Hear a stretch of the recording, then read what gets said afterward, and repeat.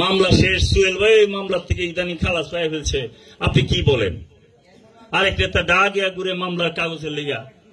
আমি বলেছি যদি আন্দোলনে থাকতেন, কষ্ট করতেন, বাংলাদেশের 16 কোটি মানুষ এত কষ্ট করতো না, বাংলাদেশের মুসলমানরা এই কষ্ট করতো না, বাংলাদেশের অন্যান্য ধর্মের লোকেরা এই কষ্ট করতো না, হিন্দুরা কষ্ট করতো না, বৌদ্ধরা কষ্ট করতো না।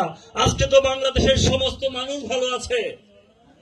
আমাদের নেতাদের নেতৃত্বের ব্যর্থতা ছিল, এই জন্যই 17 বছর লেগেছে। ঠিক আছে না ভাই? সুতরাং ভবিষ্যতে পরীক্ষিত বিশ্বস্ত নেতাদেরকে আপনারা ভালোবাসেন, ঠিক আছে ভাই?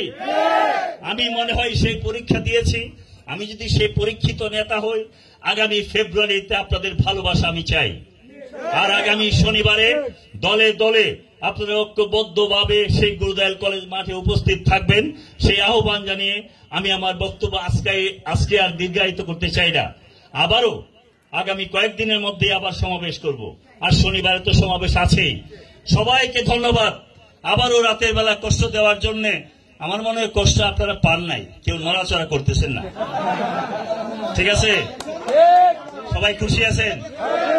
সবাই তাইলে একটা তালি দেন না, তাইলে বুঝবো যে ঠিক আছে সবাই খুশি।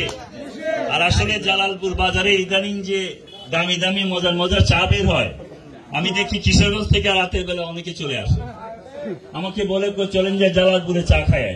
আমি জালালপুর, আমার তো চা খাইতে গেলে আরে একটা হইলেই বাইরে করে দাও। সুতরাং আমি আর কথা বাড়াবো না। আপনাদেরকে অনেক কষ্ট দিয়েছি। আমার সাথে আমার সহযোদ্ধা, সাথী, ছাত্র জীবনের সাথে আর বন্ধুত্বের সাথে আমাদের সদর উপজেলার সিনিয়র সহ সভাপতি ফরিদউদ্দিন মাসুদ সোহেল আছেন, আমাদের সাংগঠনিক সম্পাদক দাড়ি টুপিয়ে এত বুড়া দেখলে